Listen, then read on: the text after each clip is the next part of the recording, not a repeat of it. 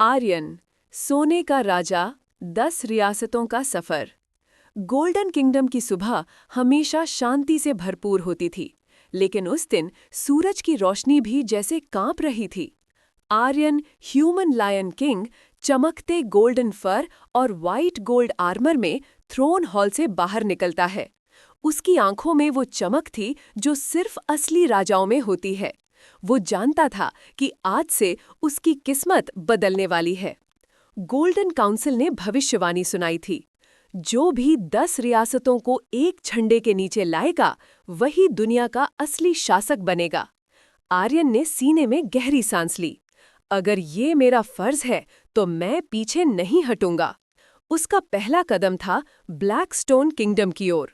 ये रियासत पत्थरों जैसी सख्त और बेरहम सैनिकों से भरी थी। वहां के राइनो वॉरियर्स दुनिया भर में कमजोरी नहीं दिखाते थे।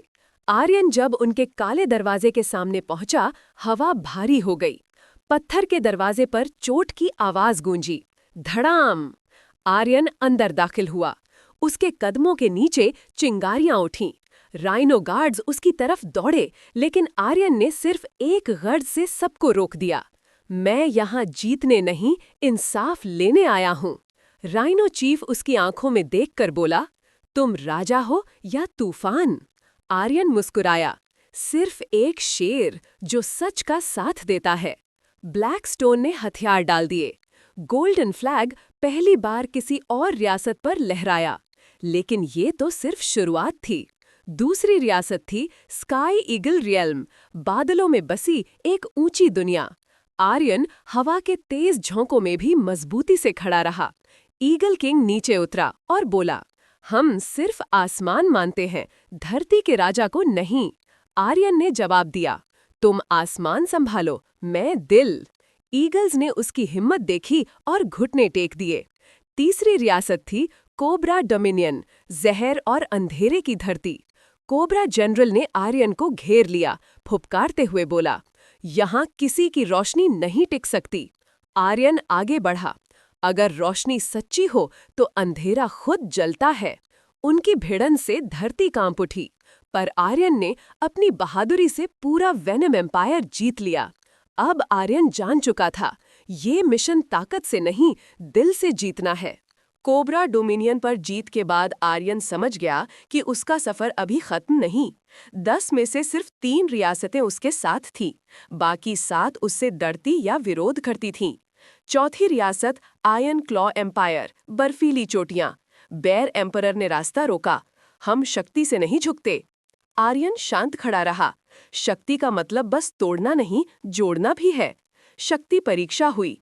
आर्यन स्थिर रहा और सम्राट पीछे हट गया। तू राजा नहीं, एक आदर्श है। आयरन क्लॉ उसके साथ जुड़ गया। पांचवी रियासत क्रिस्टल डियर वैली, हीलिंग की भूमि। हीलर क्वीन ने पूछा, सबको क्यों जोड़ना चाहते हो? आर्यन बोला, जीत तभी होती है जब सब साथ हों। क्वीन ने उसकी नीयत में सच्चाई देखी और क्रिस्टल वैली गोल्डन अलायंस में शामिल हो गया। अब आर्यन के पास 5 रियासतें थीं, पर बाकी 5 सबसे कठिन थीं। छठी रियासत थंडर वुल्फ क्लैन, बिजली तेज योद्धे। नेता जेड अकेला रहता था। आर्यन ने बस हाथ बढ़ाया, एकता ही असली शक्ति है। जेड बोला, जहां सच हो वहां गरज अपने आप आ जाती है। क्लैन भी जुड़ गया। 7वीं और 8वीं ट्विन पैंथर डोमिनियंस, एक दूसरे के दुश्मन। आर्यन ने कहा, दुश्मनी किसी को जीतने नहीं देती, एकता किसी को हारने नहीं देती।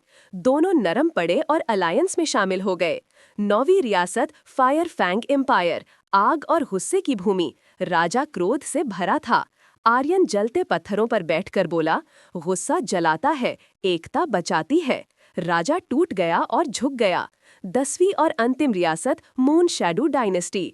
रानी अलेना ने कहा, तुम रोशनी और अंधेरा दोनों को समझते हो। आर्यन बोला, दोनों साथ हों तभी रोशनी पूरी होती है। एलेना ने अलायंस में शामिल होकर कहा, तुम इस दुनिया के असली राजा हो। सारी 10 रियासतें आर्यन के सामने खड़ी हुईं। गोल्डन बैनर हवा में लहराया। सबकी एक आवाज, आर्यन जिंदाबाद, गोल्डन किंग अमर रहे। आर्यन मुस्कुराया, राजा वो है जो अकेला नहीं, सबके साथ खड़ा हो। अगर आपको ये एपिक कहानी पसंद है तो सब्सक्राइब करें और हमारे साथ जुड़े रहें।